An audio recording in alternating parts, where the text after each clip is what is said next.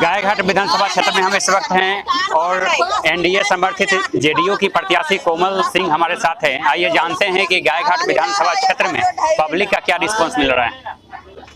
जब हमेशा कहती हूँ कि गायघाट विधानसभा में हर घर हर मकान में मेरे चाचा चाची और भैया दीदी रहते हैं, और जब आज उनके बीच जा रही हूँ उनका आशीर्वाद लेने, तो सबका बहुत आशीर्वाद मिल रहा है, सबका पूरा विश्वास मिल रहा है। और मैं भी कह रही हूँ सबको कि जो विश्वास उनके आंखों में मेरे लिए, मैं अपने विश्वास, जो मेरे लिए विश्वास उनके आंखों में जग रहा है और जो दिख रहा है मुझे, मैं उनको कह रही हूँ कि उनके इस विश्वास को मैं न टूटने दूंगी और उनका सर कहीं झुकने नहीं दूंगी। ये बेटी गायघाट के विधानसभा के तमाम जितने भी मतदाता हैं, परिवार स्वरूप है, गार्जियन स्वरूप है, उनका नाम रोशन करके रहेगी।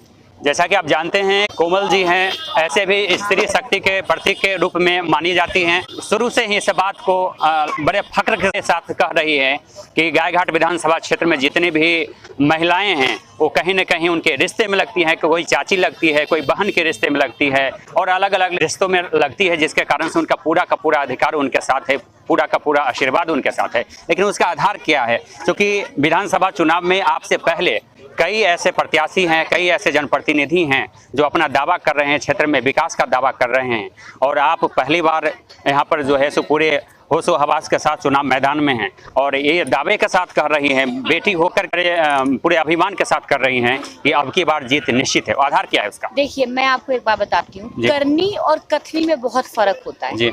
अगर विकास का जो विपक्षी के लोग हैं, एनडीए सरकार ने विकास किया है, एनडीए सरकार का विकास धरातल पे दिख रहा है।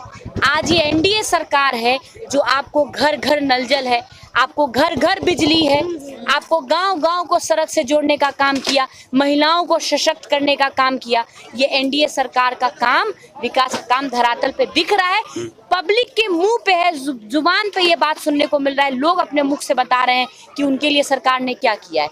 रहा बात, आप विपक्षी की बात कर रहे हैं, विपक्षी से मैं 2 ही सवाल पूछूंगी। 1990 से लेकर 2005 तक 15 वर्षों के लिए बिहार में आपकी सरकार थी। आप जब आज घूम रहे हैं तो आप उस सरकार में क्या क्या हुआ था, आप उसकी जिक्र करें।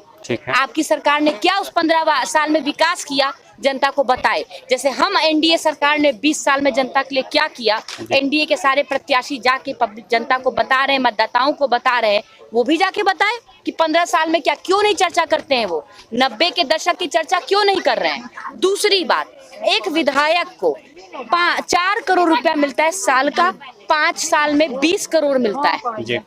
10 साल से महागठबंधन के विधायक रहे हैं गायघाट में, तो 5 साल में अगर 20 करोड़ हुआ तो 10 साल में 40 करोड़ हुआ।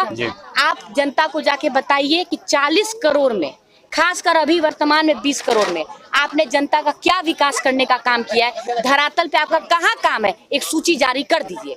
जनता पूछ रही है, एक जनता को सूची जारी कर दीजिए कि उन्होंने इस 20 करोड़ को कहाँ कहाँ खर्चा किया, कहाँ कहाँ का सड़क बनाया, कहाँ पुल पुलिया बनाया, कहाँ कहाँ किस गली में जाके लोगों का दुख दर्द सुना। एक सूची जारी करिए, जनता अपने आँख से, जनता सवाल पूछ रही है और वो सवाल का जवाब उनको देना। तो विधायक कह रहे हैं कि मॉडल विकास किया गया है गायघाट विधानसभा क्षेत्र में, आपको लगता है कि विकास नहीं हुआ?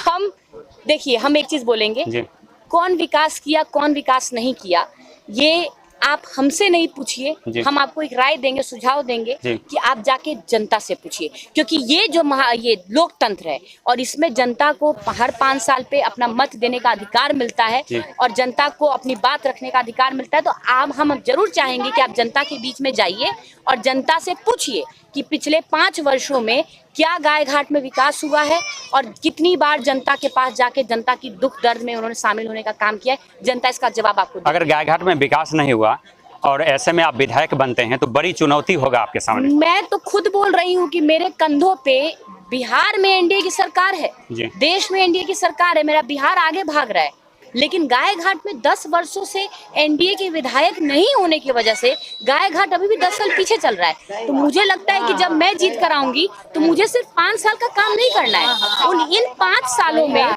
मुझे 15 साल की जवाबदेही, मुझे 5 साल में गायघाट को 15 साल आगे लेके जाना है। मुझे बहुत ज्यादा जवाबदेही अपने कंधों पे लगे। प्राथमिकता क्या होगा? प्राथमिकता मेरे को ओवरऑल डेवलपमेंट फोकस करना है। हॉस्पिटल जो बना है, स्वास्थ्य केंद्र से कैसा बना है। अच्छा, एक चीज सामने आ रही है कि विधायक कई बार बोले हैं, कई जगह विपक्षी आपका बोल रहे हैं कि कोमल तो ससुराल हो गया रांची, अब जीतेगी और रांची चली जाएगी। हम एक चीज का सवाल का जवाब आपसे मांगते जी। हैं, देश की राष्ट्रपति कौन है बताइए? एक महिला है। आप हमको चीज बताइए, आईएएस हो, आईपीएस हो, डॉक्टर हो, वकील हो, महिला हर फील्ड में आगे है। अगर महिला घर संभाल सकती है तो महिला अपना कर्म क्षेत्र भी संभाल सकती है और पूरे मजबूती से संभाल सकती है। कोमल सिंह गाय घाट की परिवार समझ के गाय घाट की जनता के बीच आज खड़ी, कल खड़ी थी, आज खड़ी है और कल भी खड़ी रहेगी। ये जनता इसका जवाब 14 तारीख को रिजल्ट होगा, 15 तारीख के बाद भी आपके हाथ में ऐसे ही माइक होगा और आप जनता के बीच जाकर कोमल सिंह को हर गली, हर मोहल्ला, हर नुक्कड़, हर चौक चौराहे पे कोमल सिंह को आप घूमते हुए देखिएगा। अपना माइक और अपना कैमरा लेके आप उसका निरीक्षण करते रहिएगा।